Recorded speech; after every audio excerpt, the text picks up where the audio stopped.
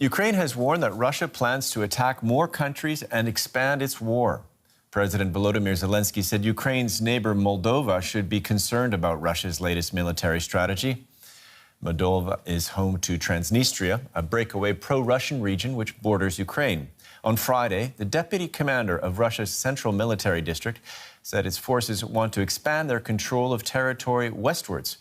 The official told state media control over the south of Ukraine is another way to Transnistria, where there is also evidence that the Russian-speaking population is being oppressed.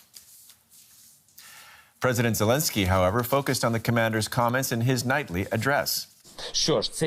Well, this only confirms what I have said many times. The Russian invasion of Ukraine was intended only as a starter. They then want to capture other countries. Of course, we will defend ourselves as long as necessary against this ambition of the Russian Federation. But all nations that, like us, believe in the victory of life over death must fight with us. They have to help us, because we are the first on this path. And who is next? Moldova has also reacted with concern. It summoned Moscow's ambassador to demand Russia respect its neutrality. But even as Russia discusses capturing more territory, Western analysts said it had failed to make significant gains in recent days. DW's correspondent Matthias Böllinger joined a Ukrainian press trip to a region where Russian forces suffered defeat.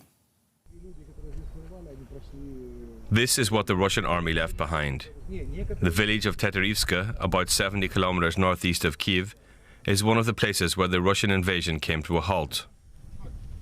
Bars, as he calls himself, took part in the battle.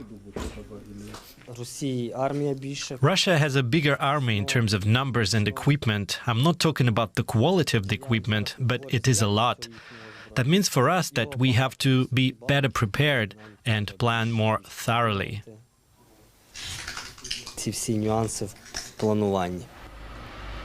Experts say it wasn't just a clash of two armies, but also of military doctrines. Heavy technology versus mobile equipment. Along the roads in this area, it is not unusual to find whole columns of burnt-out tanks, taken out by modern Western anti-tank missiles.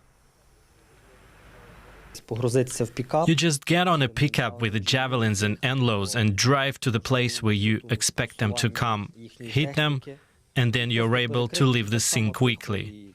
In the forest around Teterivska, you can still see the bodies of Russian soldiers. Russian losses are believed to have been extremely high. Ukrainian soldiers describe their attacks as uncoordinated but very destructive. This school was hit by a rocket. There were tanks, there was mobile artillery, there was aviation. They sent everything they had over, and they did not care that much of this did not land on target. It was chaotic fire, shelling without any plan.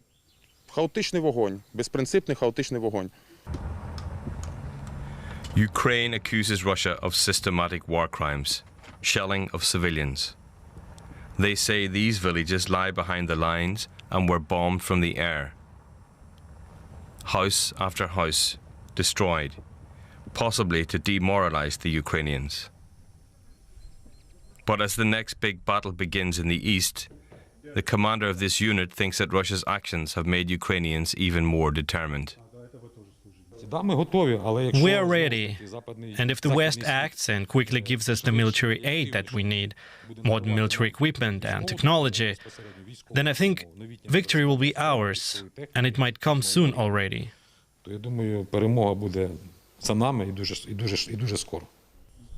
His optimism is not shared by most experts. Most expect a long war of attrition.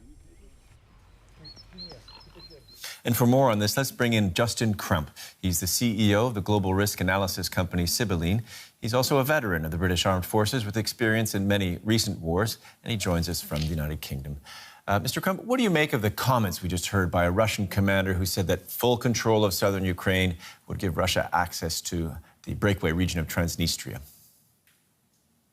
Yeah, and this is the deputy commander of the Central Military District in a talk yesterday. So it's not come from the very top, but he's a particularly senior commander within the Russian hierarchy. So it's a comment you have to take seriously. At the start of this invasion, there was a Russian battalion tactical group in Transnistria, I think, slated to take part in the occupation of Ukraine. And we thought that would probably move when Russian forces got close to Odessa.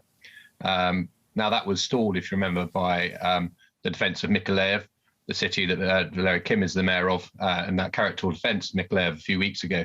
And that stopped ambitions that way. But I think Russia's always lent towards this plan. So it's something that's been taken seriously for a long time. But this is the first statement that's really pointed towards that from a senior military figure, hence the focus right now.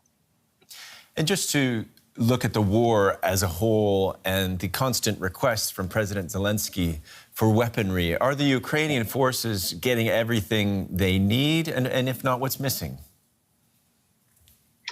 It was interesting listening to the segment just now and the discussion of anti-tank missiles and rockets, which is true that they're very useful indeed in slowing down the Russian armed advances. But when you really look, this has been an artillery conflict. So the missiles were used to stop the Russian movement, whether by blocking the road or just the confusion caused when a vehicle explodes suddenly and throws everyone else into disarray.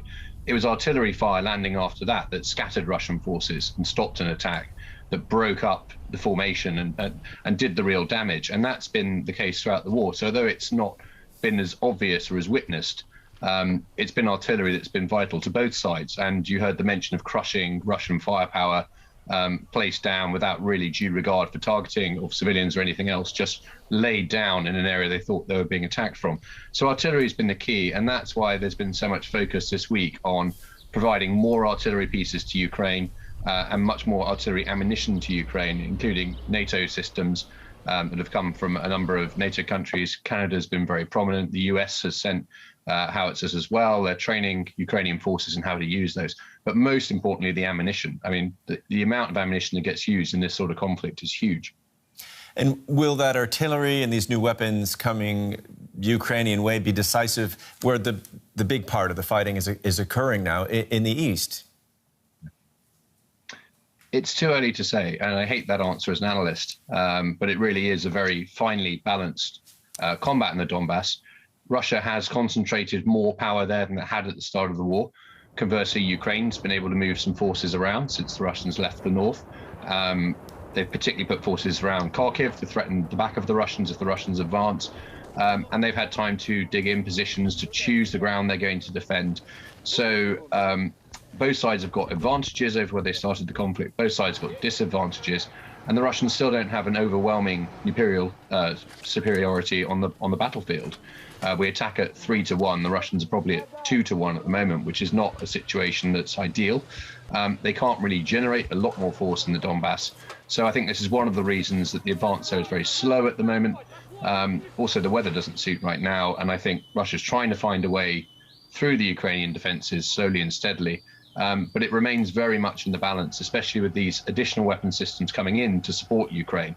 And hence, there's a little bit of a race against time, I think, for both sides to try and either stall the Russian offensive from the Ukrainian side or from the Russians just to finally overwhelm the Ukrainian forces and achieve something that looks like at least the beginnings of a success by the 9th of May.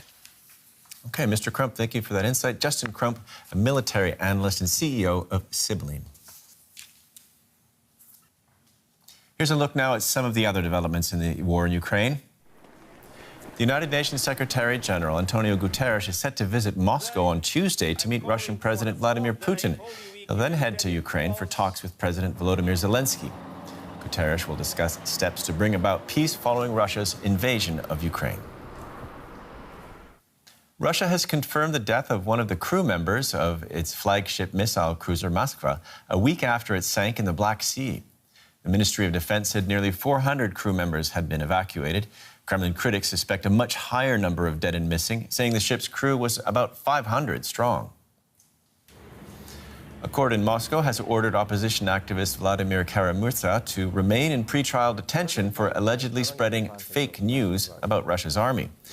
A criminal case has been opened against the activist, who was earlier arrested this month for avoiding police officers.